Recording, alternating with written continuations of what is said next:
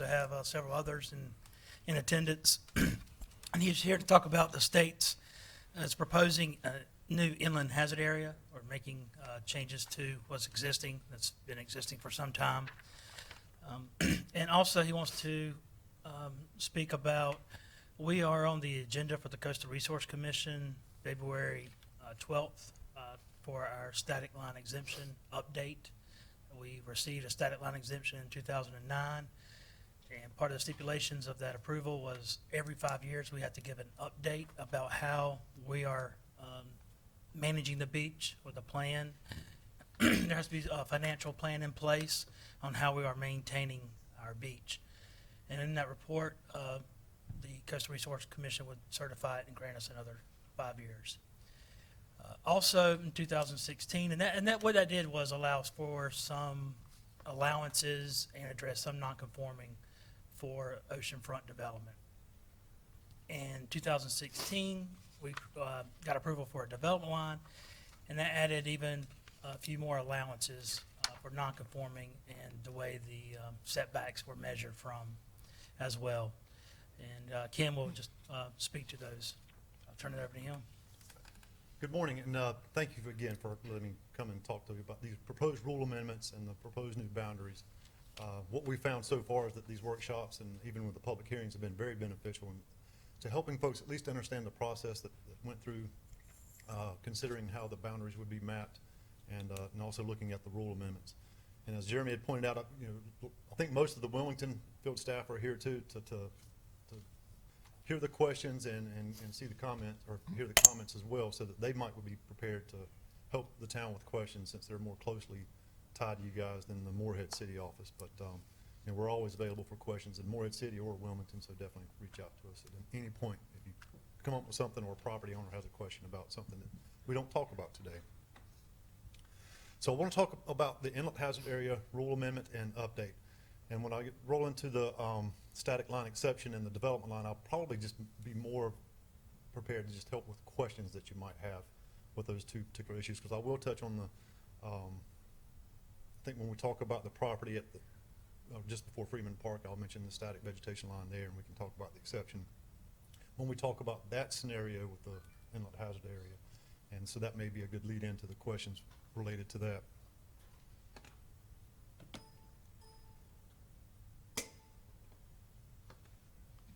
Used a little scrolly. All right, before I dive into that, I think it's important to acknowledge those who participated in the process of helping to define the new and proposed inlet hazard areas. I think a lot of times folks think it may be just the state or the Division of Coastal Management sitting in the office and kind of coming up with the methodology, but there's been a lot of time, a lot of discussion, and tons of meetings with the folks that you see listed here on this particular slide. And it's worth noting that collectively this group has probably between 200 and 300 years of personal experience and knowledge of working with North Carolina's beaches and inlets and looking at the estuarine underlying geology, the near shore geology, and they're known, most of them are worldwide known and as a true profession in their field. But I wanted to kind of list them out so you could see the folks who have participated in this process since beginning in about 2008. So this was a need that was defined by the commission or back in the late 90s, but given the amount of data that went into it and the time and the discussions that went into trying to figure out that best methodology that would work in helping to shape these boundaries, there's just been a lot of time invested in it. And so all these folks who were, that you see listed here, the 2019 study, we still have some of those existing members participating on the Coastal Resources Commission Science Panel, and the ones on the lower bottom there kind of contributed in the earlier effort that we went through in 2010. And so, I mentioned the late 1990s, after the hurricane season that we had then, there was a committee that was pulled together to kind of look at ways to be, to kind of recover from storms and be better prepared into the future. And there's a task force that was formed to do that. And so the CRC pulled together this committee to try to give them some advice on looking at their areas of environmental concern and those boundaries, to see if there's better ways to maybe map those boundaries, to see if those existing boundaries were sufficient in relaying or to the property owners, the potential hazard for those particular spots. So there was a need at that time expressed that the inlet hazard area boundaries needed to be updated. And this was about 1997, 1998. So here we are in 2020, and we're just kind of now at this again. We did it in 2010, but at that time we had boundaries, but we didn't have rule amendments. And so that mixed in, it just kind of became a lower priority. Some other things bumped it, but we weren't successful in 2010 in moving forward on this. And so here we are again, and in hopes that, we've got the boundaries and rule amendments. So at least we've got a package for the towns to talk about and give us some feedback and give the commission feedback on what they think about the boundaries in terms of, and how the rules might potentially affect property owners. So anyway, a lot of folks spent a lot of time, a lot of hours into developing the boundaries. So I wanted to make sure at least I threw the names out so you can see them. So I'm going to go over just an outline of kind of how I want to talk about the inlet hazard areas. So I want to talk about what is an inlet hazard area, and I want to talk about kind of the rule definition, and then also talk about the process definition and how the ocean front differs from the areas around the inlets. Then I want to talk about the current boundaries and the current rules and how to kind of see those and how they play out. Then I want to talk a little bit about the methodology. Some towns are more interested in the method that went into defining the boundaries, so I found it very helpful to just, for all the workshops, I kind of go through this process talking about the methodology that was used in helping to shape the boundaries. And then I want to talk about the proposed rule amendments and the boundary, and just kind of summarize things at the end there. So first of all, we kind of want to talk about why we're here. We're here because all of us are interested in seeing a healthy beach on our ocean fronts. And there's a lot of reasons why a healthy beach is important to not only local governments but also the state. It's important to the ecosystem. We're creating critical habitat for the critters who depend on that nice sandy beach. It's a huge benefit in terms of how it plays out into the economy. In the 2016 Beach and Inlet Management Report, it was estimated that the beaches and inlets in North Carolina support about 65,000 jobs and generate approximately $188 million in tax revenues. And that's kind of directly tied to North Carolina's beaches and inlets. And it was also shown in that study that when you have loss of beach, up to about 50% of beach loss statewide, you start seeing a significant reduction in terms of your economic impact. So with a 50% loss in your beach, you're looking at about, and this is statewide, a $524 million economic loss, which is about a 16% loss. And then that also starts impacting jobs. So it's about 6,000 jobs that are lost as a result of losing that 50% of your beach. And that's basically, you don't have the area to support the visitors, so you would imagine that you'd start losing visitors. Storm damage reduction is another huge benefit. And I'm going to point to Carteret County on Bogue Banks. After Hurricane Florence, that was a storm of record, and obviously it pounded them very hard. But if you compare the damage that was done in the late 90s after those hurricanes, when you had significant structure damage and losses, to the Hurricane Florence experience, where you had no structures damaged as a result of flooding due to the storm, and you had no dune destruction as a result because of their regular maintenance of their beach and dune system. So it's important. I think we all want to see that healthy beach maintained, but it takes dollars going in to kind of generate those dollars on the backside too.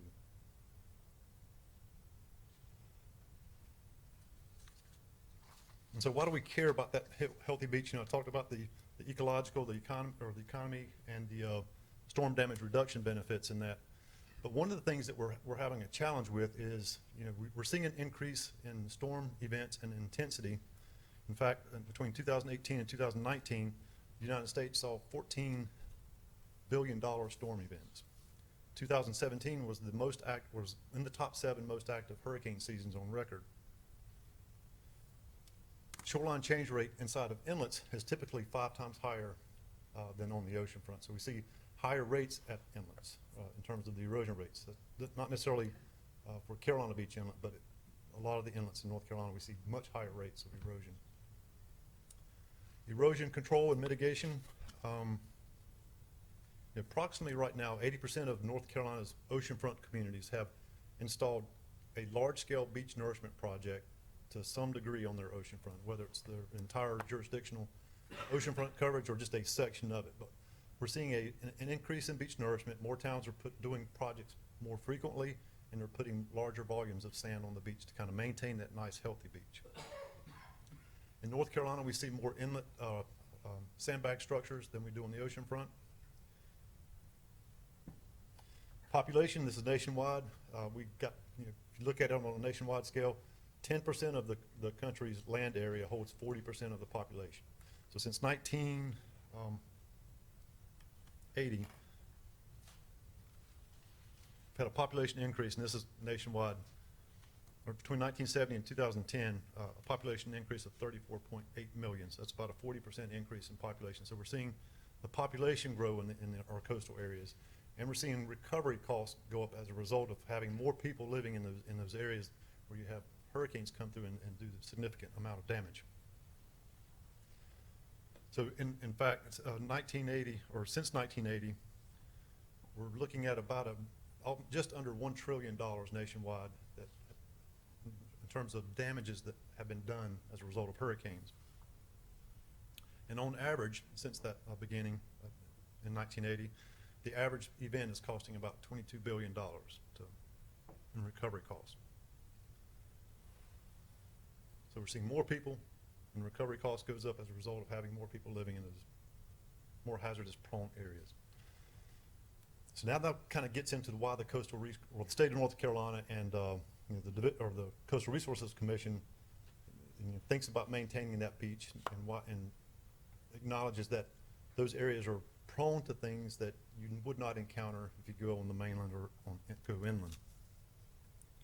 So I'm going to start out at the very top level. The North Carolina Constitution, Article 14, Section 5, makes it a state policy to preserve beaches as common heritage for the benefit of all the citizens in the state. So in 1974, the Coastal Area Management Act was created, and in that, it was created as a program to preserve, protect, and manage coastal resources, in addition to kind of having some orderly development in those sensitive areas. And in the Coastal Area Management Act, they created the Coastal Resources Commission, and one of their charges was to identify those areas that needed protection, preservation, or just were environmentally sensitive. And so that was kind of the creation of the areas of environmental concern. So then we start drilling down into the Coastal Resources Commission's rules, and we've got the ocean hazard area of environmental concern. That's kind of the umbrella of these AECs within that. So within the ocean hazard area, you have the inlet hazard area, the ocean erodible area, and the unvegetated beach. And the unvegetated beach is a temporary designation after a storm event when you've lost all your vegetation and it's established to measure setback. So I'm just going to focus on the inlet hazard area and the ocean erodible. So in the Coastal Resources Commission's rules, the inlet hazard area is defined as natural hazard areas that are especially vulnerable to erosion, flooding, and other adverse effects of sand, wind, and water because of their proximity to dynamic inlets. And so I underscored vulnerability because one thing that's not included in that is a time scale or a time reference. So it just means you're vulnerable. It doesn't say if you're vulnerable every single day, within a 2-week period, 2-year period, 20-year period, or even longer. So it just says you're potentially vulnerable.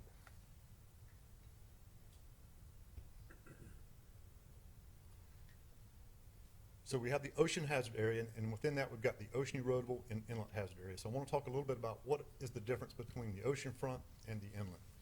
And it really comes down to the movement of sediment and the underlying geology and how it potentially traps sediment and prevents it from flowing downshore. So on the ocean front, typically we see sediment, you have cross-shore sediment transportation and longshore.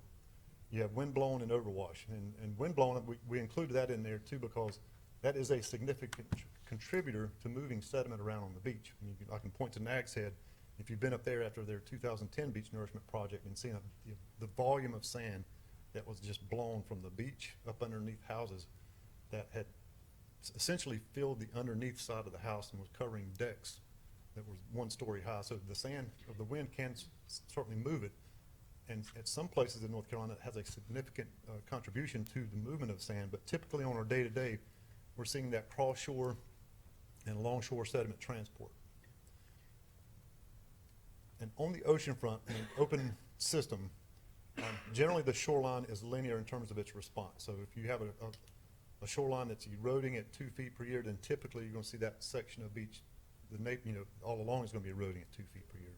Unless there's something that's an underlying geological feature that's kind of preventing that from being the case. But typically, the adjacent areas on the beach kind of move at the same rate. They're either accreting or eroding on the ocean front. And since 1979, this has kind of been defined as the ocean erodible area in the Coastal Resources Commission's rules. And inlets, a little bit different. The inlets themselves kind of act to interrupt that longshore transport of sediment. So sometimes, or a lot of cases where the downdrift beach may be not gaining as much sand as a result of the inlet trapping that sediment. So they kind of tend to trap sediment in that ebb shoal, which is the offshore shoal, and the flood shoal on the inside of the inlet. Inlets, one of the things that makes the inlets much different than the ocean front are those short-term and long-term influences. And I'm going to point to a couple of kind of extreme examples in the state, but it gives you a reference to how quickly and how much inlets can change in time. So New Topsail Inlet was opened in 1726. So for about 300 years, that inlet has been migrating south, and from its first location has migrated approximately 6 miles to the south. So within 300 years, so that inlet today, when it opened, it's in 1726, is still having an impact on the barrier islands on our coast. And one that I can personally say that I've witnessed, and it's been a huge change, I'm going to point to Shackelford Banks on the other side of Beaufort Inlet. Between the period of 2009 and 2016, Shackelford Banks has lost about 7/10 of a mile of its shoulder of that barrier island. So about 1/10 of a mile per year, it's lost sand. So most likely that's in part due to the dredging of that inlet, but it could have some of the natural processes that influence that.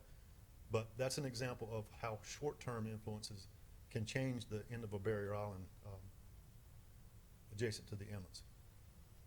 And I wouldn't expect that at Carolina Beach at all, but it was kind of amazing to actually witness that in that short period of time. So in North Carolina, we typically we classify inlets of one of two. They're migrating, which typically means that those inlets migrate in the direction of the longshore current.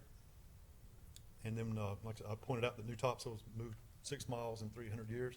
And then we have oscillating inlet. In Carolina Beach, even though it was artificially opened in early 50s, it's still classified generally as an oscillating inlet. So what typically happens in North Carolina, and we don't have any examples to say that otherwise, is that when one side erodes, the other side accretes. And then the changes with the position of usually the channel, and especially the ebb flow channel, or ebb channel through the sandbars, has a great impact on which side is eroding, which side is accreting over a period of time. And that oscillation, it could be 10 years, it could be 20, 40, 50, 80 years, where you may have constant erosion on one side, constant accretion, then you get a big storm event, it changes the alignment of the channel, and then it causes that trigger to flip, and then you have the erosion and accretion flip-flop. So again, since 1979, these areas have been defined by the Coastal Resources Commission as inlet hazard areas. Question for you, Ken, up here. Oh, I'm sorry. It's okay. Is that concerning? Almost 1 mile in 13 years versus 7 miles in 300 years today? I threw these out as extreme because what we see is a lot of folks, when you think about the life of a barrier island and think geological terms, those time scales are not anywhere similar to what human time scales. And so some of the feedback that we get from folks that said, I grew up here, it's been accreting ever since, or I've lived here for 20 years, it's always been accreting. It's not been that case if you go back beyond that period of time. And so when you're thinking about putting in infrastructure and having those things that are going to be there longer than 30 years, 40, 50, 60, 70 years, it's important to just consider that there's possibilities where things can happen as a result of whether it's the oceanfront driving it or some of the inlet dynamics driving it. It's just important to kind of recognize that that's something to consider. The reason I ask if it's a concern is because you've also said our storms have gotten bigger, and the amount of damage that we've gotten in the last few years. So that percentage of 0.7 miles and 13, is that eye-opening that you should say, should we start projecting what's gonna look like in the next 5 to 10 years? No, that not, and those two inlets, these are extreme examples. And so the good thing is that Shackelford Banks is federal land, so it's part of the park system. So there's no structures there. So that's the great thing about that change. The direction that the new topsoil inlet is migrating is topsoil islands, they're on the benefiting side of that, and they get that accretion with that migration. Lee Hutaff Island, on the other side, it's an undeveloped island too. So even though it's eroding, there was a structure that was built in the 80s that was lost. I think it was probably 7 years ago. It was about 500 feet from the shoreline when it was first built. And then from the 80s to, I want to say it's about 2010, 12, the erosion finally took it, and the storm, it fell into the ocean. So fortunately, as two extreme examples, there's no development that has to be considered. And again, that's not something that I would anticipate at Carolina Beach Inlet, but if you had development at those locations, it would certainly be important to have known that 50 years ago when folks were building houses and that kind of thing. So this study that the science panel did, it's important to consider the information that they're relaying in that, and it's important also to consider that not any inlet in North Carolina is exactly the same. So every single inlet, even though you've got them classified as migrating and oscillating, that's just a general characterization of them, but that doesn't mean they all change at the same level and scale. So in fact, you can have every inlet is different, and each side of every inlet is different too. So you may have that oscillating inlet where you have erosion and accretion. At one inlet, it may look a certain way, but if you go to the next oscillating inlet, that erosion and accretion is not going to be at that same scale. They're all totally different, but it's just something to consider, and as you plan into the future and you're thinking about infrastructure and how you want to develop property. All right, so I want to show you an example of current rules and current boundaries. So it's important to note that purple box that you're looking at is a boundary that you will not ever see on a map. And that's the current ocean erodible area based on the current setback factors on the ocean front. The ocean erodible area is determined by measuring 90 times the setback factor, which is based on the erosion rate. And you measure from the vegetation line landward. And so where you see it stair step on the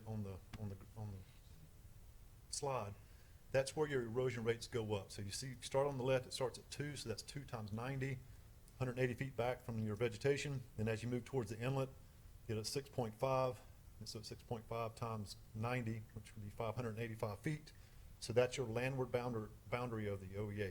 And so the reason why that boundary is not mapped is because it's measured from the actual vegetation line. So today, it's in one spot. Tonight, we get a storm event. You have your loss of vegetation. That boundary has now become more landward than it was the day prior to. So it will not appear on a map, only because if I mapped it today, tomorrow it could be invalid. So you will never see it. So in the field, when we have field rep or a local permitting officer flag the vegetation line, they're flagging it where it's at today. So and you have a certain period of time that you can use that setback based on that reference of measurement. But Can you explain to us the setback factor, the SBF? All right. What does that mean? Okay, so the setback factor is based on the actual erosion rate. In the Coastal Resources Commission's rules, if you have erosion that's 2 feet per year or less, or if you have accretion, the default is 2. So anywhere you see a setback factor of 2, it could be erosion that's less than 2 feet per year, or you could actually have accretion at that spot, but the default is going to be 2. And that's mainly because the statewide, the average erosion rate is 2 feet per year if you average it out across the state. So that's the minimum, and that's defined in rules. So where you see 3 and 5 at this example, the erosion rates are actually grouped, or you have the rates are measured on transects. So there's these lines that kind of intersect the shoreline on the analysis. And so where you have similar measurements, so in that section where it's blocked as 3, all those transects that were analyzed in that block had a erosion rate of about 3, so between 3.4 and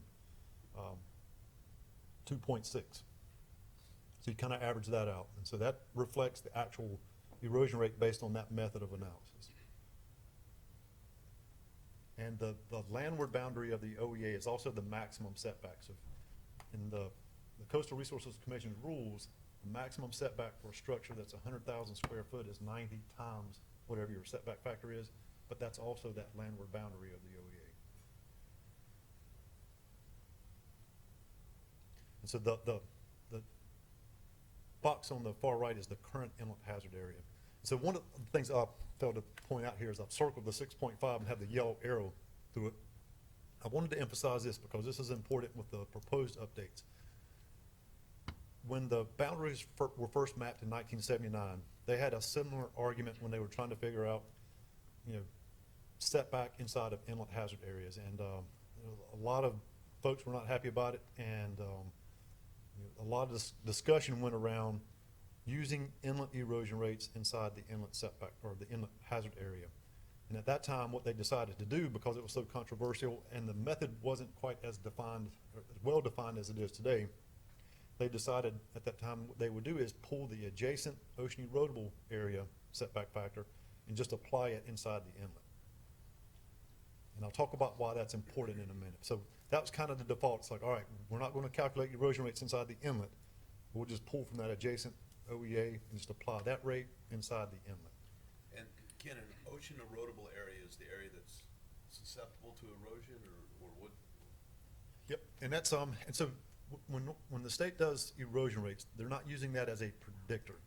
They're just using that as information to try to identify areas where you're potentially prone to a hazard as a result of ocean forces, and that could be amplified in a storm event.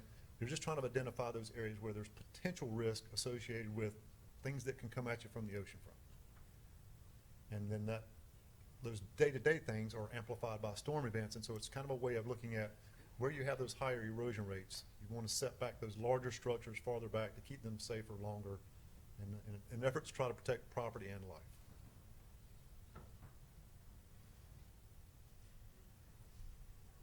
So the ocean erodible area, you will not see that on the map, again, because it's measured from the vegetation line.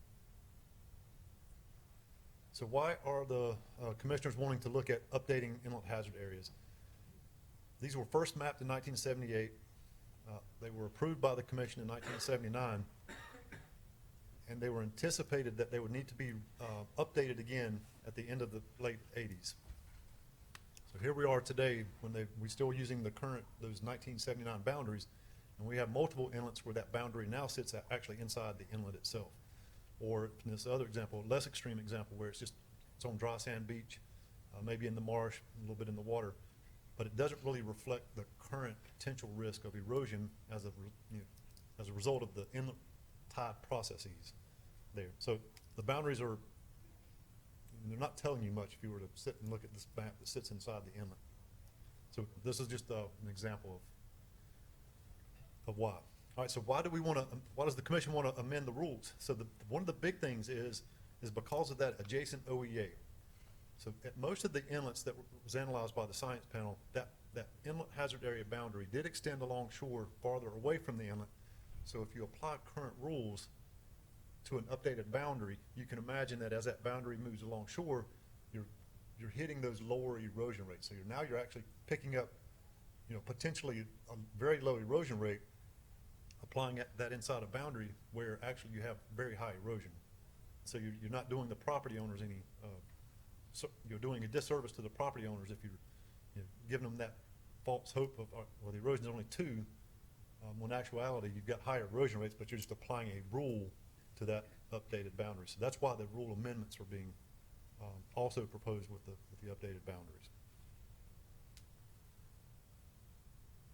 So in 2010, we did not have that prepared, and that was part of the biggest concern is that you've identified this area, but you've got across the board, in most cases, the erosion rate would have been 2 feet per year.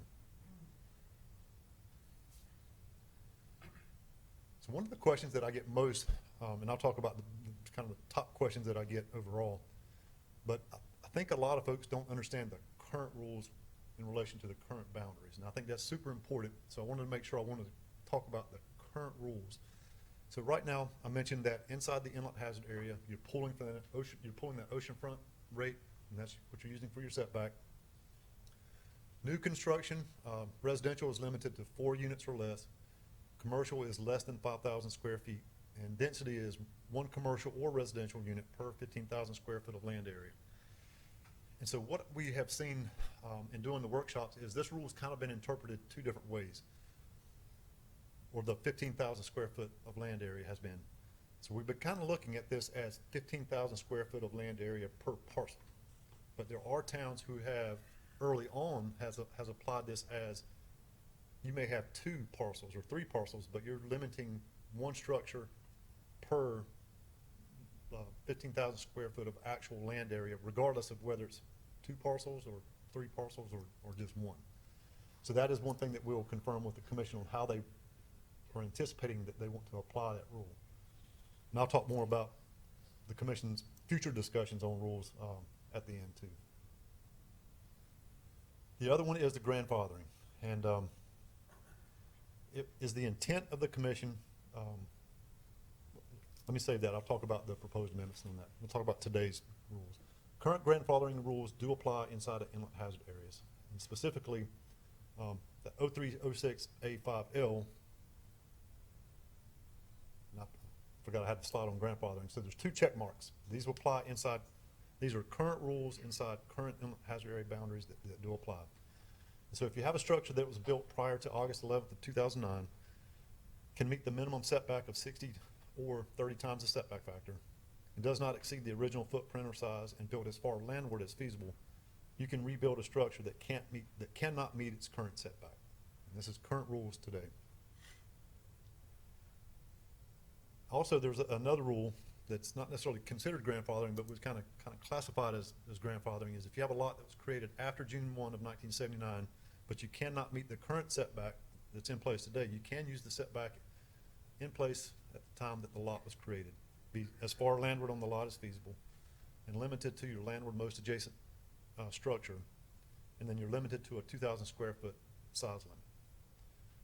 So there's a 309 exception in the current rules, and that's the one that has the X, and that's the one that currently does not apply Ken, inside. on that 2,000 square foot size limit, is Yes. that the lot size or the footprint That's the, size? that's the total structure size, The total structure or the footprint? the structure. So there's another rule, the one on the road to the right. So you might, and this is where it kind of gets confusing, and I'll talk more about this issue when I get towards the end. The one on the right has the X on it. You can apply this one to the ocean front, but not inside an inlet hazard area or unvegetated beach, and that's current rule. So this is for a lot that was created before June 1 of 1979. But you can't meet the current setback. You have to, and the condition is the development and setback on the lot as much as feasible, or at least 60 feet landward of the vegetation line or static line, completely behind the landward toe of the frontal dune, limited to the landward most adjacent neighbor. And this is the one where you're limited to a 1,000 square foot footprint and a 2,000 square foot total structure size. So there's some differences between the two, and this is something I imagine that the commission is going to take up at their April meeting, but I'll talk a little bit more about that in a minute. So the check marks are ones that currently apply inside the inlet hazard area. The red box is the one that only applies to the ocean front, but not the inlet. And you'll see this slide again when we get to the end. All right, so I want to talk a little bit about the methodology that went into defining the boundaries. And so one of the reasons why we're in 2020, and this, like I said, the idea that the boundaries really needed to be updated about 1997, 1998, but there's a lot of reasons why the boundaries had not been updated. There's a lot of information that has to go into consideration of developing those boundaries. You have to consider the historic shoreline locations, the historic vegetation line locations, whether or not the inlet is migrating or oscillating, looking at the erosion rates, and then you have to have a really good understanding of the geology, the hydrology, the topology, and how engineering practices are influencing the inlet. And also, one of the things that made this process a lot easier too is that you can take that inlet history and the expert knowledge and kind of use that in a tool, a geographic information system. And we use the U.S. Geological Survey's digital shoreline analysis system, or referred to as DSAS, for analyzing shoreline changes through time. But being able to use the technology and use the data that we now have and marry that with the expert knowledge, it made the process a lot easier and a lot easier to repeat going into the future. But so at inlets, lots of things you had to consider. You had to consider that underlying geology, kind of how the inlets respond over time to all the different forces that are acting on it. But you have to consider how much potential landward there is for the inlet, the barrier islands to move. And you have to decide, look at also, how far left and right is or north and south, is the inlet moving.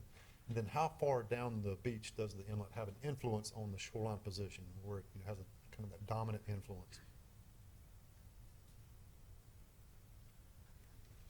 So I've got a graph, and this has been kind of helpful in trying to figure out how the science panel defined that boundary that's down the beach on the longshore. And so what they did was looked at the relative shoreline position of all the data that they looked at. So it's a period from 1970 to 2016. They looked at the relative shoreline position on those transects that you see on that top graph or top map. There's a bunch of lines that intersect those blue lines, which represent shoreline locations. So each of those lines, we calculated the standard deviation of the relative position of the shorelines through the time. And so if you look at the graph on the bottom, if you look at the standard deviation, that's how far apart the shorelines varied over time. You can see as you approach Carolina Beach Inlet on the right, how there's a lot of stuff kind of going on, but as you move towards the left, that standard deviation kind of drops down. And then you'll pick up that where it kind of flattens out there, just where the yellow circle is about where the rock revetment is. Then you have some beach nourishment that causes that standard deviation in the shoreline position to kind of bump back up again.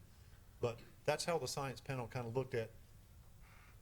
On the ocean front, typically, in almost all cases, you kind of have that nice straight line for the most part going across. You got a few small ups and downs in there, but as you approach every single inlet that was analyzed, you get a huge jump up in how the shorelines kind of fan out as you approach the inlet. And that's how they identified that longshore point, where the inlet is having more influence on the shoreline position than the ocean front is having. Ken, how many times did they take those transect Those shots? transects are spaced 25 meters apart. Yeah, but how often? What was the frequency? Was this a one-time shot, or did they do Yep, it so every those time? transects, we can utilize those transects over and over, and then we just add new shorelines to the analysis. Is that what you're asking? No, I'm asking how many times did you guys take the survey shots for those transects? This graph. Actually, those are automatically generated in the shoreline analysis system. So those are automatically generated, and they're generally shoreline perpendicular. Okay. So as you go into the inlet, and this is part of the reason why inlet erosion rates have not been calculated up to now, because on the ocean front, you have that shore perpendicular transect, but it's difficult inside of inlets unless you start kind of wrapping those transects in. And so before having the geographic information systems that could kind of help you out, it was just more difficult, especially when you had less data to accurately capture what the shoreline is doing over time inside the inlet. So if you look at the graph on the bottom, I've circled the transect that was identified as that's the location approximately where inlet is having more of an influence on the shoreline position, and then to the left is where the ocean front is having more of an influence on the shoreline position. So that was the longshore. This is how the science panel defined that landward boundary. So I mentioned that the ocean erodible area landward boundary is defined as at 90 times the erosion rate, and it's measured from the vegetation line. So if we look at the top graph, we're seeing all the shorelines and the transects that were analyzed, and we see that as you round the rock revetment at the pier and you look to the left, the shorelines are relatively tight, and they kind of spread out as a result of the nourishment projects that have occurred through the years. Then at the rock revetment, they're pretty tight simply because it's kind of locked into place there. But then as you start wrapping around into the inlet, the shorelines fan out. You can kind of see that. So on the bottom, I've got the vegetation lines that were used in the analysis. So the science panel thought that, okay, on the ocean front, you're measuring from the vegetation line. But inside the inlet, because it is more dynamic, you can see changes very rapidly and extreme changes over a very short period of time. They felt that the actual vegetation line was not the best method of trying to define the potential hazard at the inlets.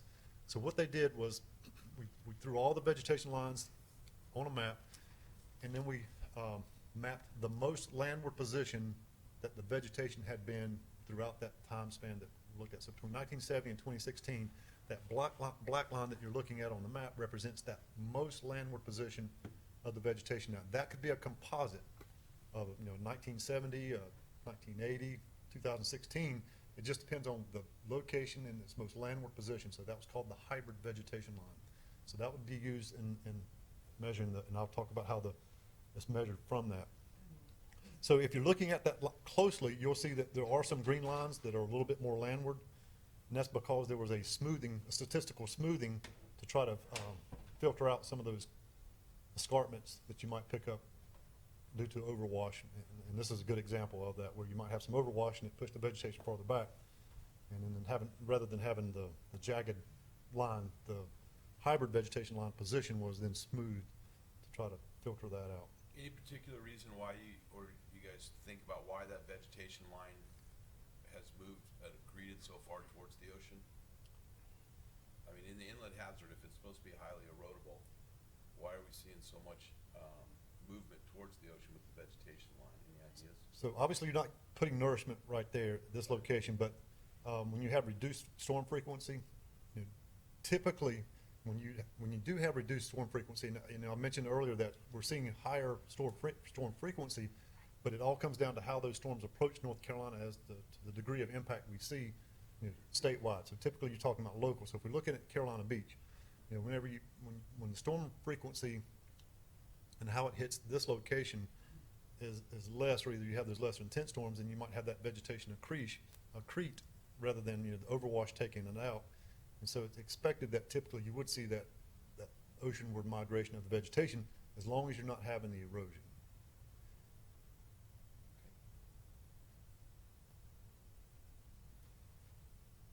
So the hybrid vegetation line was used as that reference feature to measure that landward boundary. So the science panel over time looked at many, many different methodologies, but what they decided to do was go with simple rather than complicated.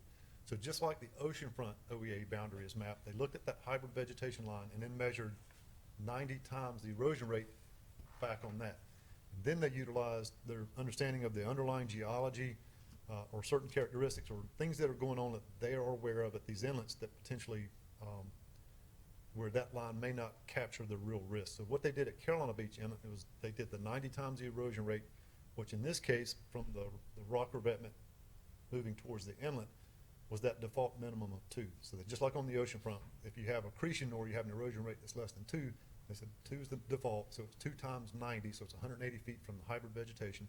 But then once they approached the current inlet hazard area boundary, because of the changes that can occur at that inlet, they just tied it into the existing boundary at that spot. There was just too much uncertainty once you got that close to the inlet. So they just felt just tied into the existing boundary. Just a clarifying question if I could. Yes, Ken. Sorry. Thank you. I want to make sure I understand the landward boundary, hybrid vegetation line. Landward, white boundary, is that, I take it from 1970, to understand you said to present, So- measured on surveys from 70 to present? Yeah, so this vegetation lines represent 1970 or 71 to 2016. So that, So at some point, that vegetation, at some point, was at most landward extent, that landward boundary is the solid line. that black line represents the most landward of that, from that period of time, from 70 to 2016, that's the most landward position of the vegetation. Was DCM staff aware of the extensive work that the town of Carolina Beach did to restore the dune vegetation system in the mid-2000s? So so I guess if you're going at, how does engineering or how do town actions influence this analysis? So the science panel, when it came to like looking at the vegetation and its position, they didn't get into why was it at that location. They were just looking at strictly, this is the location, whether it's through natural processes or the town doing a vegetation planning and then recovering over a period of time. So they didn't get into looking at why the vegetation necessarily grew out. They were just kind of mapping where it was at that point in time. Today, what is your understanding of the present vegetation rate along these various green intersections? Okay, so this is about, I think this is a 2016 photograph. So approximately down here. So this bundle of shorelines is probably the most current in terms of at least the data that we've got available. Because my understanding is that the setback, the location of the vegetation line, it is not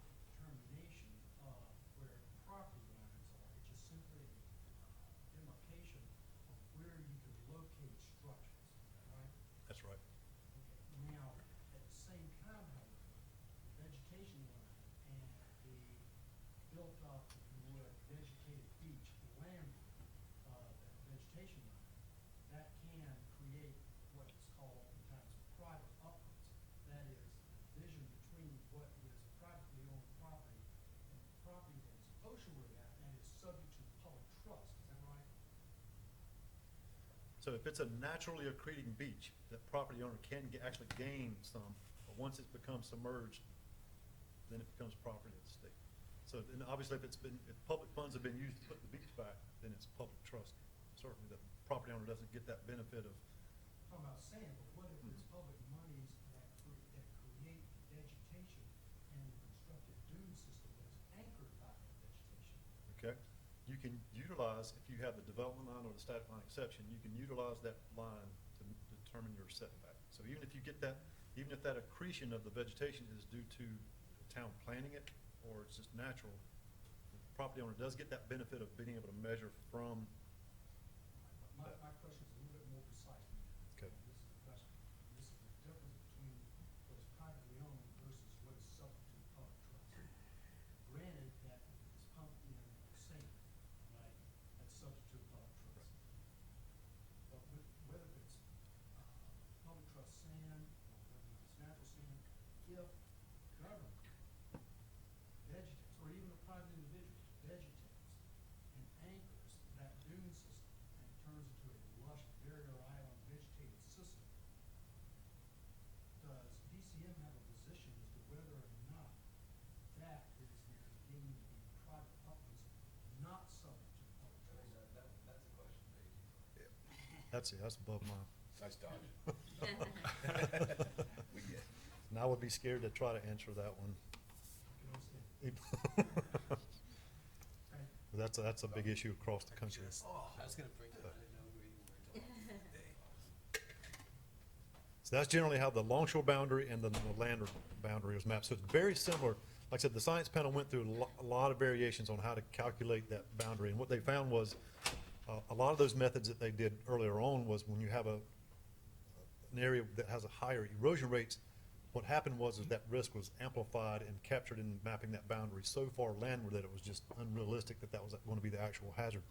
So eventually it got whittled down and they felt comfortable that if you apply a similar methodology that's been applied on the oceanfront since 1979, that it's something that can be repeated and generally accepted in terms of how the boundaries are mapped in relation to how they've done boundaries on the oceanfront since 1979. But given their knowledge of, like I said, the underlying geology, how engineering practices can potentially influence it, whether you have a hard structure, and I'm thinking of, I'm pointing at Wrightsville Beach where the navigational jetties is, where that does have a tremendous influence on shaping their inlet hazard area boundary. So those things did go into consideration in addition to looking at just the statistics of how the shoreline changes over time and then that standard deviation of the spread of shorelines spatially. So just comparing the existing to the proposed, visually it's easy to tell the dashed line represents the current boundary, the yellow box is the proposed. And so there's certainly a size increase, 346, but we're capturing structures. The current boundary doesn't have any structures in it. And where we have no structures inside the boundary, folks don't tend to really pay them a whole lot of attention. It's only when you start pulling in structures that folks really take notice to that. So one of the things that it's important to recognize is that the setback factor is hugely different. It's 6.5 inside the current boundary right now. And actually the range starts, so if you go down to where the proposed boundary is just past the pier, the current setback factors they start at 2 and then they go from 3 up to 6.5. That's the current erosion rates for that area. And the reason why that is because the methodologies are different. The time span is different. So right now we're looking at pre-Carolina Beach inlet shorelines that are used for that oceanfront analysis. And so that's the part where we're pulling in that erosion rate, as we're pulling in that early shoreline. But for the inlet analysis, we're only looking at 1970 to 2016. So on the oceanfront, we're looking at 1933, I think. That's the early shoreline. That's the baseline. Then the most current. Whereas the inlets, we're only looking here at 70 to 2016. And the reason why the science panel chose that period is because the intracoastal waterway was being constructed wrapping that up in the 30s. Had Hurricane Hazel come in the early 54. So there's a lot of influence on the system not being necessarily becoming an equilibrium because of the construction of the intracoastal waterway, whether or not it had an effect on the inlets. I don't know that it's been measured or not, But the science panel felt that because there was uncertainties around using data from that period, they wanted to exclude that. And then with the influences of Hurricane Hazel, they wanted to exclude that. And then and Carolina Beach Inlet, obviously they didn't want to incorporate data that was pre-inlet, because that didn't have any, that doesn't tell you anything about what's going on in the inlet. So it was only after the inlet opened and then after Hurricane Hazel. So that's why we kind of got into the 1970 to 2016 data here. So we measure either erosion rates that are less than 2, or you have that accretion in there. So that's why the setback factor would be 2 under the proposed boundary and rule amendments.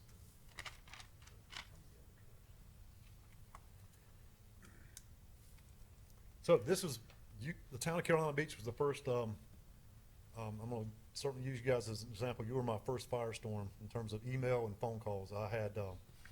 I got loaded up pretty quickly when the commission approved the boundaries at the February of 2018, 19 meeting.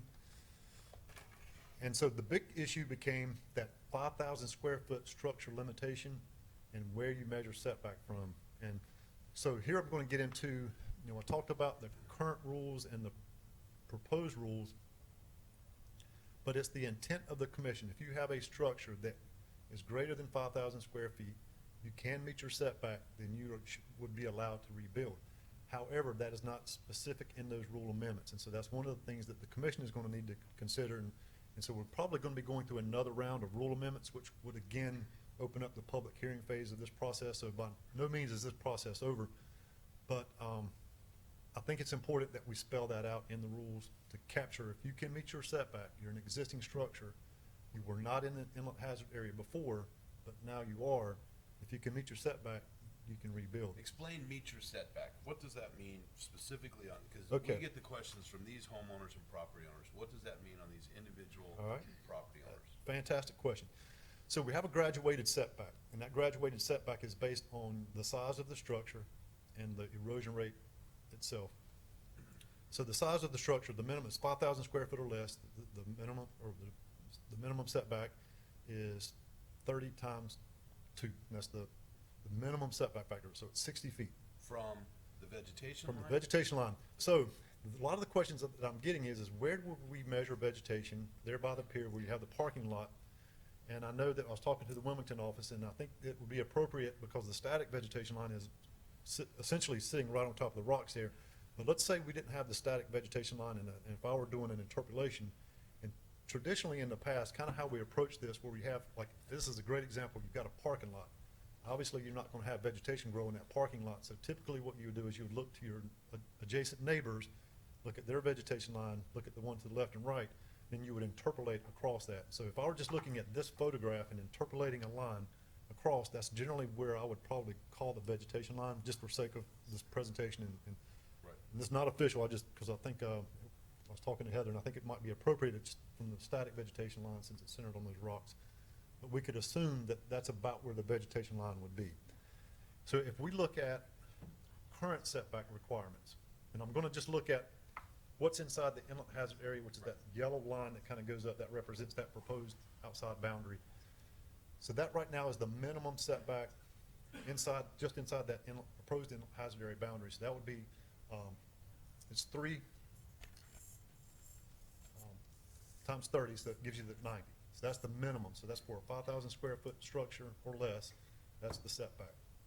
So the maximum setback would be 90 times 3, so it'd give you 270. So under current rules, and not even considering, that there's the inlet hazard area there, but just to show what it would look like, that's current rules and current minimum and maximum setback. So if you're landward of the purple dash line, then you don't even have to worry about a permit to build that structure in relation to setback anyway. I mean, there might be other rules that would apply that, but in terms of you meeting the setback, you can totally meet your setback. And this is current rules with the 3 times 90.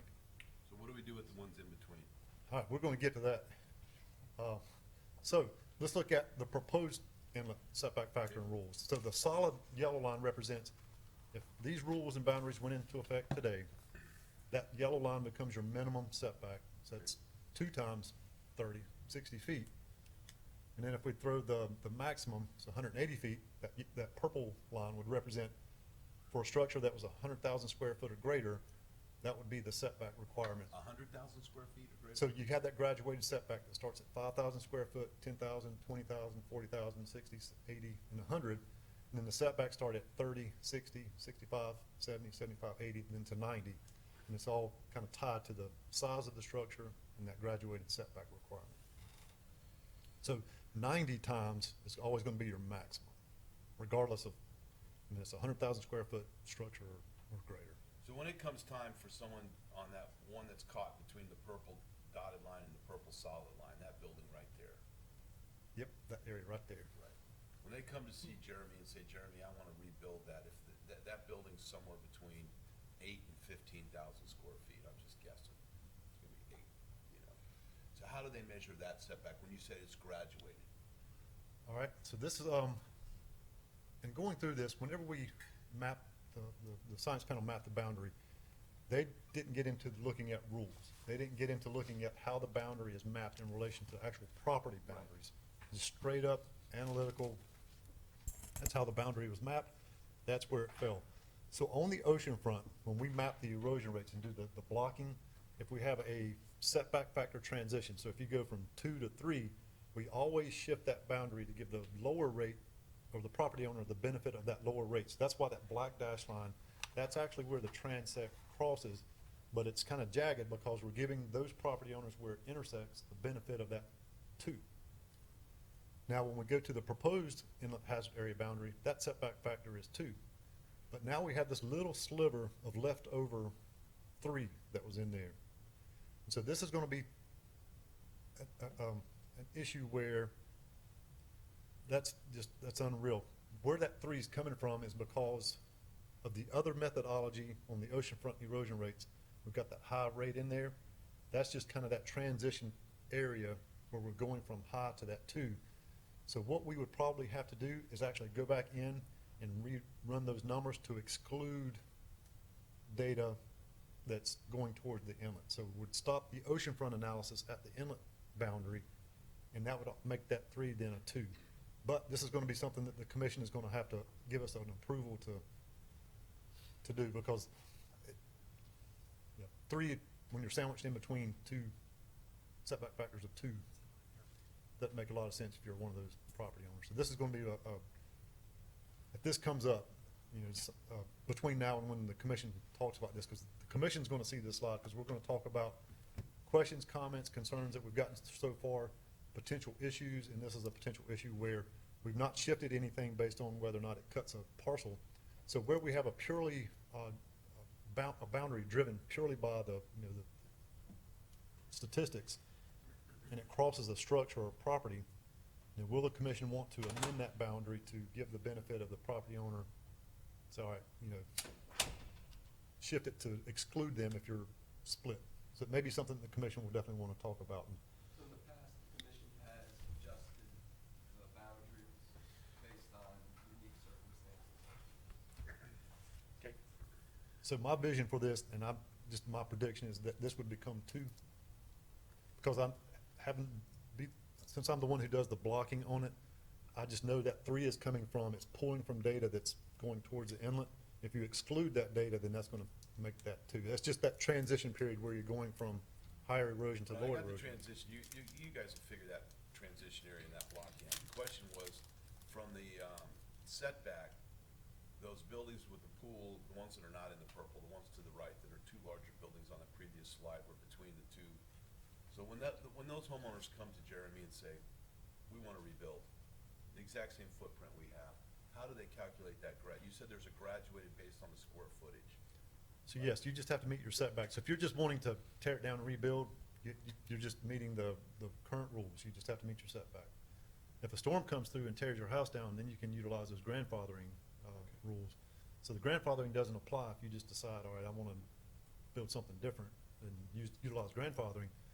But in this case, if a storm, a fire, or something came and demolished those structures, and if they can meet the minimum setback, and they meet the other conditions in the rules, then they can utilize the grandfathering.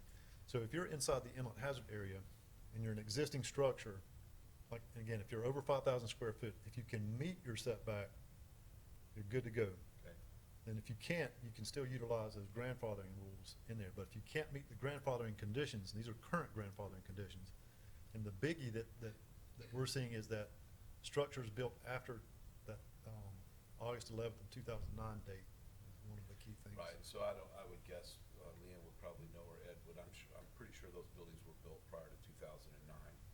So, then the other significant issue and question that I've had brought up is, down there just to the left of the vegetation line where you see the pier, we have a family-owned pier and pier house that is more commercial than residential. It's somewhere in that excess of 3,000 to 5,000 square feet, and it does not meet the current setback. What do we, and we talked about this before, where are we at with the pier, the family pier? Or a pier, period? Piers are different than, Yeah, Right. it's a whole different set of rules. And so there is some ruling in there that said they're exempt from that. Well, it's a whole, like I said, not necessarily exempt, but it's a different set of rules. But in terms of the same, we're not distinguishing, that's the other change I want to mention. The new rules for the inlet hazard area aren't going to distinguish between commercial and residential anymore. The commission. Okay, has so been where working would I on that. direct So- Jeremy or? So like I said, as long as if they can meet the minimum setback in the same, and build back within the same. They cannot, I mean, at the picture that where they're at, they're not gonna meet any setbacks. And so given the fact that this is the last pier in Carolina Beach, we wanna make sure that we understand what impacts this inlet hazard remapping has specifically on that property, on that structure and that building. And I know the So- question's coming up. so the inlet hazard area specifically doesn't control that structure. I mean, what if it were, but again, I don't have the pier, or the pier rules fresh in my brain right now, so I don't hate to kind of throw stuff out. So just thinking that it's not a pier, if it's commercial, you're gonna be treated the same as a residential, and you'd be limited to if you're new.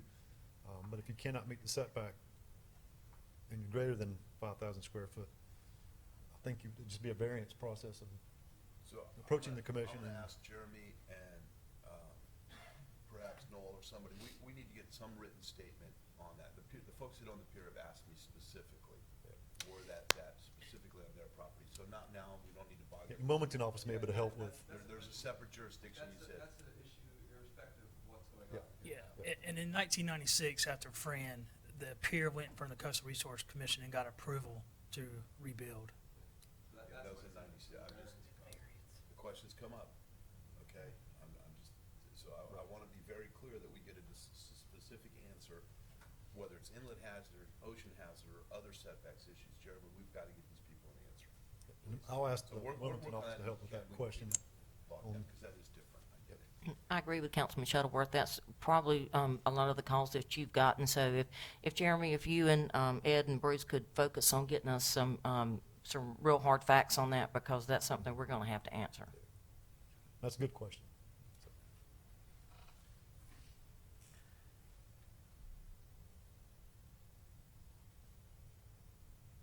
All right, so I just wanted to cover the proposed rule amendments. And so the two rules that are being amended are 0304 and 0310. So start with the block on the left. New construction, instead of making that distinction between commercial and residential, all structures would be treated the same and held to the less than 5,000 square foot limitation. That's for brand-new construction or the expansion of an existing structure, just limited to the total square footage of 5,000.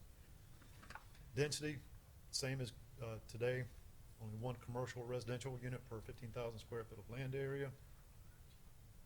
Move over to the right, top one, just new boundaries based on the recalculation and the method that I talked about.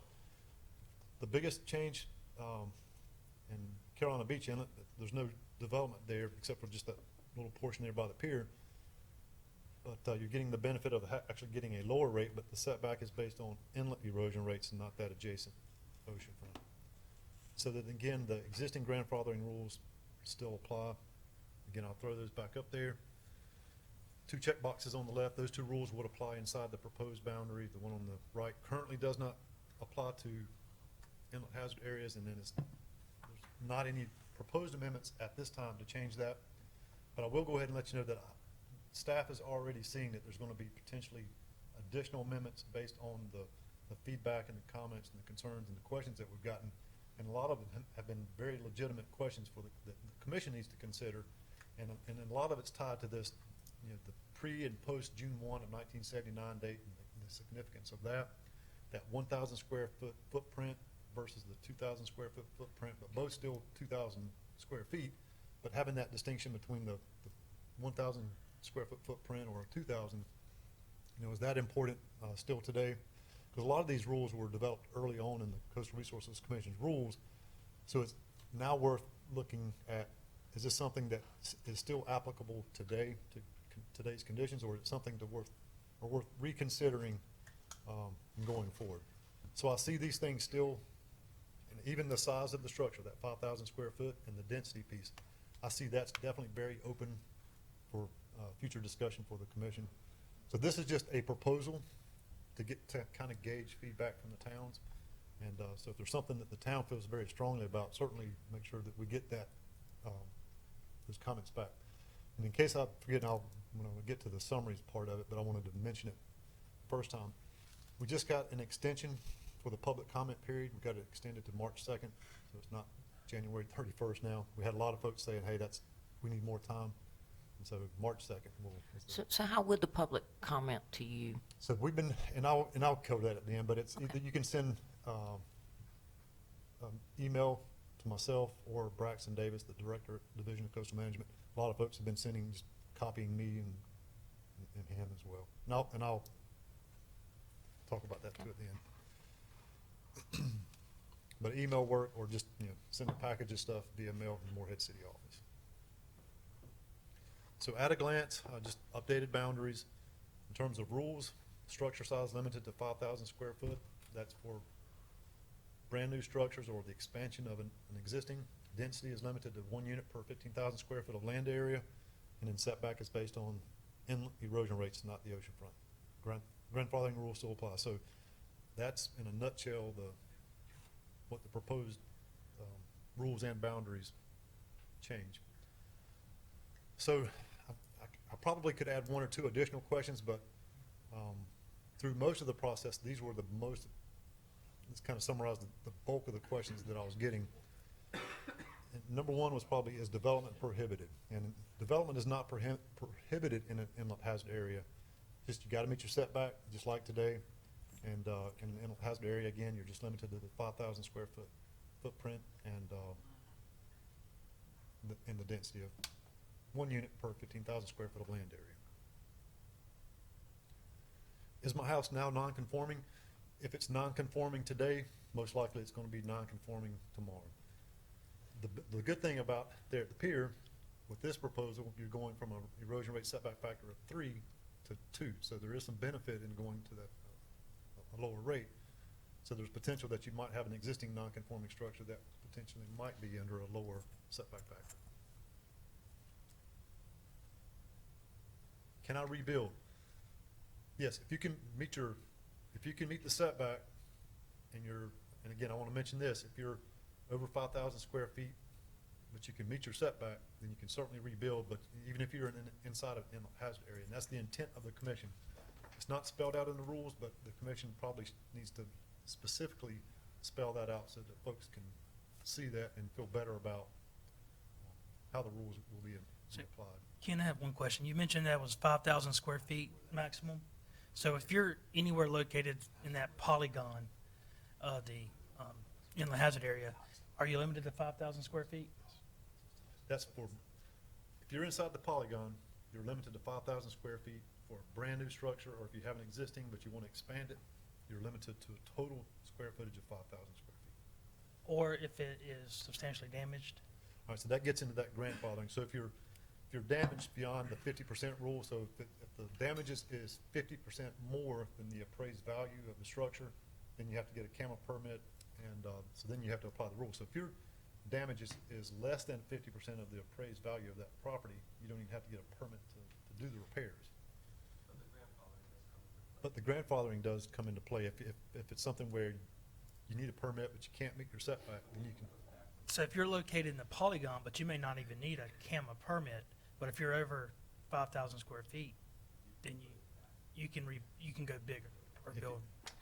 Well, you can't tear down a structure that's 6,000 square feet and then build a 10,000 square feet. It's only if if a storm or fire comes through and wipes you out, it's a way of allowing you to rebuild what you had. Kind of the same footprint, same size. The But limitation is on new development, Yeah, brand new. so a tear down would be considered new development. Curious, where's that photo taken at? I took this one, a couple of years back. This is Ocean Isle at Tubbs Inlet. Makes us look sane. We're very happy. It's great. Well, that's the thing that we run into when and I'm gonna point to, friends down at Holden Beach, down at, Charlotte Inlet. They've experienced a lot of accretion at that side of the inlet. So when you've lived there that long and you've seen that much beach, and it's almost to the point of exhaustion walking from your house to the beach, it's hard to imagine that you've got areas on the coast that's like this, and in a short period of time, that nice, long, wide beach can come down to looking like this if Mother Nature decides that's kind of what she wants to do. So, all right, so will my flood insurance rates go up? That's a great question, but specifically as a result of the boundaries being updated and the rule amendments that the commission is proposing, the rates will not go up based on that alone. It comes down to whether or not you're in a flood zone, but much of the area that's covered inside the inland hazard area, in a lot of places, is already inside the V zone, or one of the flood zones, or even a COBRA zone. So your flood rates are based on, obviously, those flood zones, but this doesn't have an impact. Now, it's also worth saying that this is based on today's conditions. When you have local ordinances, or the state has rules, like the commission has the setback rules in place, having that open space built into your rules can provide you some relief. If you participate in the National Flood Insurance Program's community rating system, you get that benefit of those open space ordinances and state rules. And so right now, just with the state doing its update, those communities participating in CRS do get a 50-point credit. That's today. Tomorrow it might be different, but we're going on, not speculation, but just trying to go with what we know today.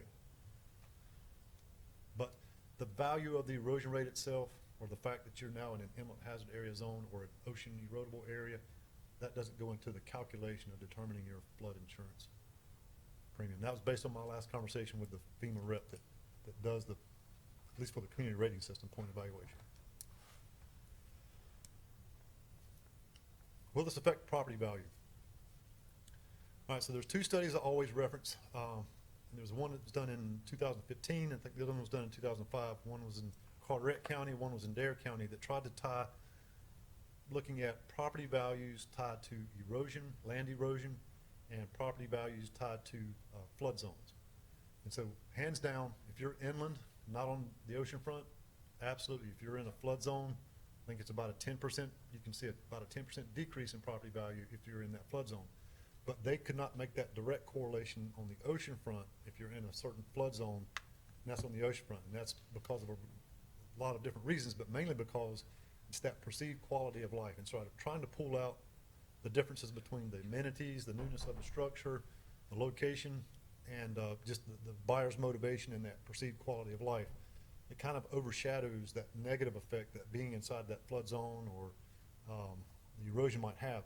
But one thing both of those studies did recognize is that if you're in a situation like this where you've got sandbags piled up around your structure, or you've got high tide water lines up underneath your house, absolutely that's going to have an effect on your property value. But strictly just saying, all right, you have an erosion rate of 3 feet per year versus 2, there's not evidence that you can make that direct correlation and say, all right, you're now in this zone, therefore it's going to affect your property value X number of dollars. And so from the state's perspective, we recognize that there is that potential.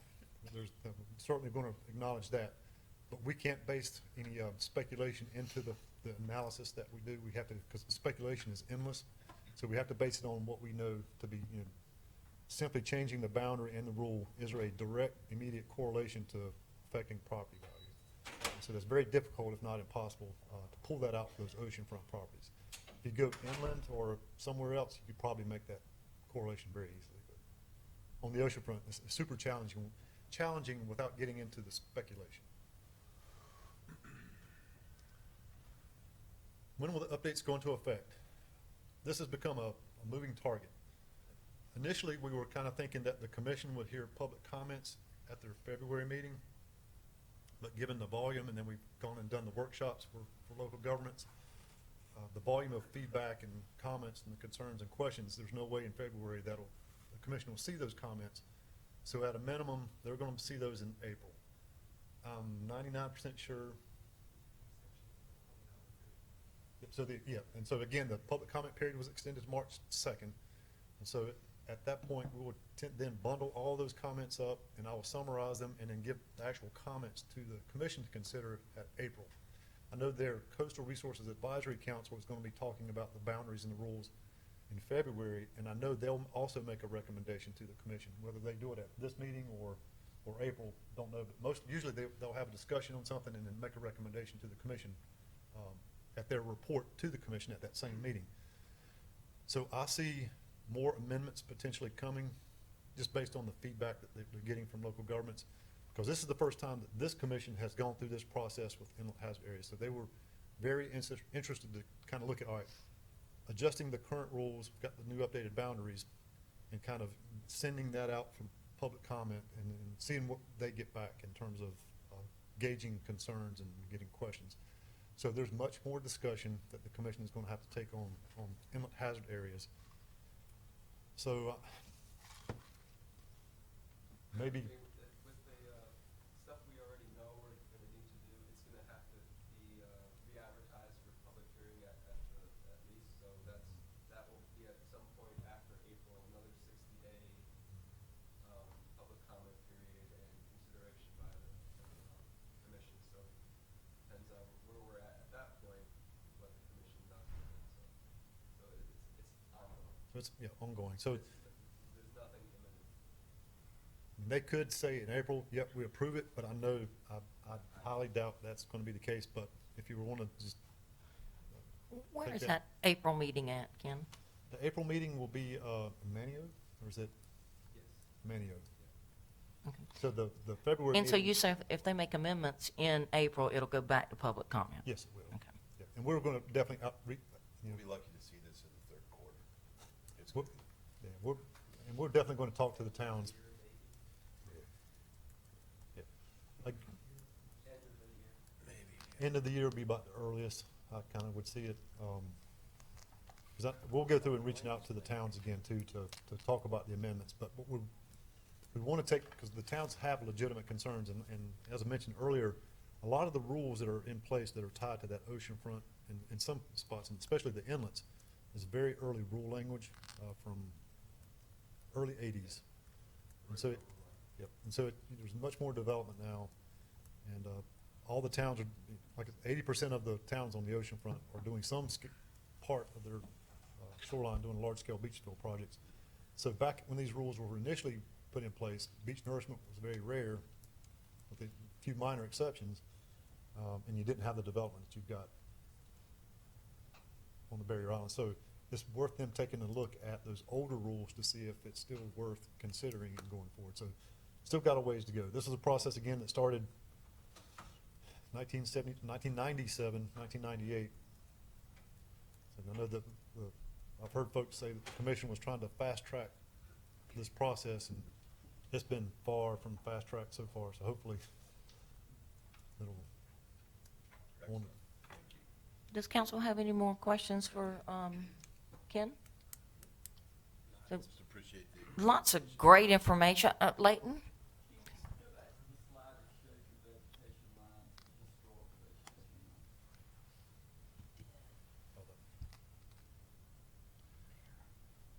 The bottom half. Could you kind of just put your finger on where you think the vegetation line is today? If I were just, looking at imagery. Yep. And follow it all the way down. Would you also consider that the waterward toe of the dune? Not having put my feet on the ground there, I don't want to say that. Wilmington office, you guys been out there recently? Jeremy? Front tour of the dune in relation to this vegetation line? If we were calling that today's vegetation. I mean, there depends on what part of the beach you're on. There are definitely parts at high tide. it's, you know, it's coming up to the toe of the dune. My thought process was public trust from there. Thank you. Any more questions? That's all you got, Leighton? Yes, that's all, yes. Ken, that was a lot of great information and a lot to soak in. So just want to thank you guys for taking the time and coming present to us and for all the work you're doing. And we just appreciate you keeping us in the loop. And we'll probably be sending you some more information we get from our citizens. So we'd like to follow this process as closely as possible. Absolutely. I'll definitely make sure we're keeping the town, I mean, we'll do the news releases or the media advisories and stuff as they come out. But, you know, given all the input that I've got from towns, I'll definitely reach out as we kind of progress through this and give everybody a heads up on where things are going. Well, thank you. And it's certainly understandable, the citizens' concerns that it affects their property and their property values and their ability to rebuild. So thank you very much. All right, so any questions about development line exception?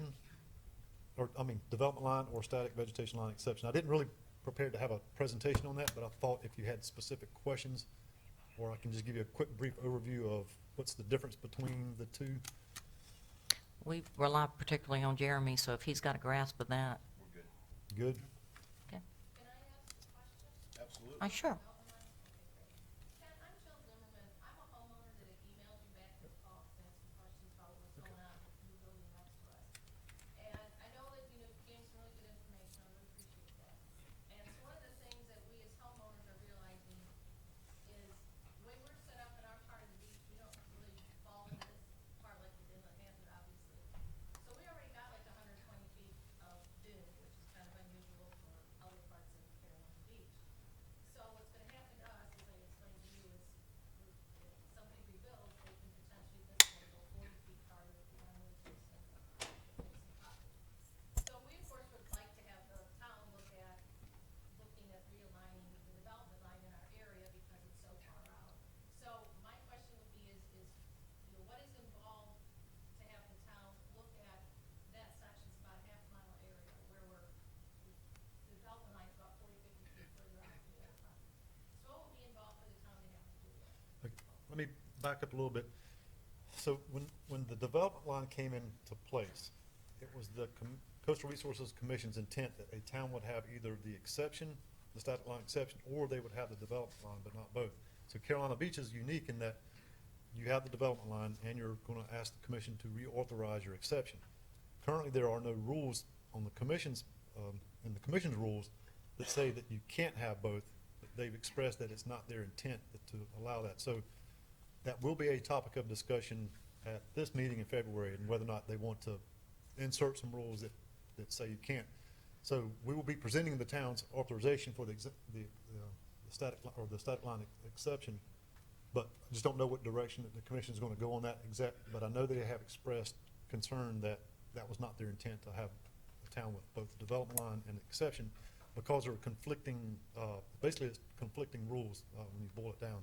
So now, as far as changing the development line, these folks right here are going to be the ones to talk to. And so if the town decides they wanted to adjust the development line, town council would have to approve that change. Can you help us understand on the development line where someone wants to rebuild or build, and the description of no further waterward than the adjacent structure? Is it immediately adjacent, or is it within a general area? Because I think that's where we had some confusion and. The development line itself is supposed to be positioned no further waterward than the most seaward structure. Right. The static line exception holds, it has that no further seaward than the landward most adjacent. So in the areas where we have a development line that is very close to the back of existing structures, and we kept kind of a straight line approach, what we've seen is that line has moved away from existing structures, and it would then theoretically allow someone to move. Yes, you can move up to the development line. Okay. Okay, thank you. So there are benefits to both of those rules, but they're essentially even though you can measure your setback from the vegetation line, they're kind of conflicting rules. Jeremy, you know what we're talking, so can we put that on a council workshop or get get it moving so we can get back in front of CRC when they talk about our development line, because I understand the issue and the question, and where we have those great gaps between the development line and the existing adjacent property, the intent, I thought the town's intent was, we didn't want people building any more waterward than their adjacent properties. And I think we need to give Jeremy and staff some very specific of, quote, what is adjacent structures. That's a good point, Steve. And we've seen some of that lately. So, Bruce, you'll be at our next workshop. And Jeremy, if you could do a presentation on that, that would be great at our next workshop. Correct me if, didn't the town use their easement line as the? Building line. We did. Yeah, so before, But the nuances on some of that, Ken, has gotten past prior council and staff, and as we've seen, people wanna, get the most ocean where they can, and it has an impact. And so what I thought we were trying to do is say, hey, wherever your buildings are, you can't go any more forward with that, regardless of where these other lines are. So we need to potentially discuss, is that an adjustment we wanna make? Agreed. Otherwise, Yeah, thank you, because that is what's happened. is, and I know when in my email to Ken, I had asked him that, because it says in the one rule about it's adjacent sight lines, but it results in an average line. But it's kind of hard to say, I mean, it's a half mile, and you're taking a point up here, and you're taking a point down here, and you've got all these buildings 40, 50 feet, some even 60, that are back, and now an average line, way out here, so. Right. We need to get that on the map and adjust it. And Ken, what's our time frame to get in front of you at CRC on our modification? All right, so you're on the agenda to do the static line exception reauthorization at the February meeting. So but I know, and I've given Jeremy a heads up, because like I said, I've talked to the commission specifically about Carolina Beach, and they've expressed that it was never their intent to allow both, but they don't have rules that say you can't. So we're not quite sure where they're gonna, when we say, all right, here's the town of Carolina Beach's reauthorization report, they've met the criteria and the rules, do you approve or not? And so that's something I'm not sure that we can even predict. I believe the static line exception is the first thing on the agenda before. What's the date of that? But you guys are looking at the difference between the static line and the conflicts with the development line versus the static line. If the town chose to come back and we have a development line, you resolve the static line development. If we choose as a town to say our development line requirements mean this, we could do that as long as we don't move the development line. If we say you cannot move any further oceanward than your directly adjacent property or some such, I mean, we have an issue where our development line is. But the rule allows, I don't know how that works. So the town, you can change your development line. You do it and the town council approves it, and then you have to get the commission's approval on it to go back through that process. Right. But the town can You actually understand? make changes. Where we've just gone We'll a talk straight about line and our houses pull back this way, and so it leaves What- this gap. And if What's I the date of move that the house, February I'm meeting gonna that we're on the say, agenda? I get to move. the 12th. Okay. Well, we might have time to look at that before then. We'll chat about that. Okay, thank you for being here. Appreciate it. Sure. Mm-hmm.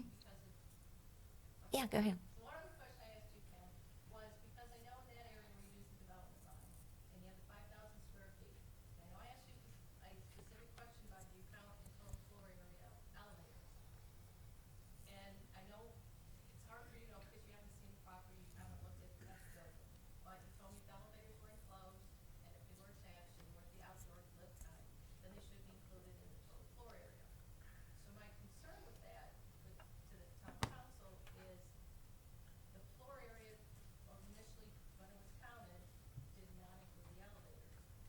If you count the footprint of the elevators, the building is now over 5,000 square feet, and it should be 120 feet back, and it's not. So I guess I would appreciate if we can shed some light on this. How do we go back and determine is this building over 5,000 square feet now?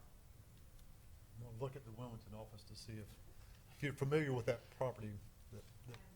Okay. Would you be able to get with this lady and get her address and maybe get some more specific information? Correct. Okay. Okay, we'll let Jeremy handle that and get back with you. Okay, awesome. Well, thank you, Ken, and we're about to move into a closed session, so thank you for being here, and you guys, and all you guys from the Wilmington office, thank you so much. Thank you. Absolutely, absolutely.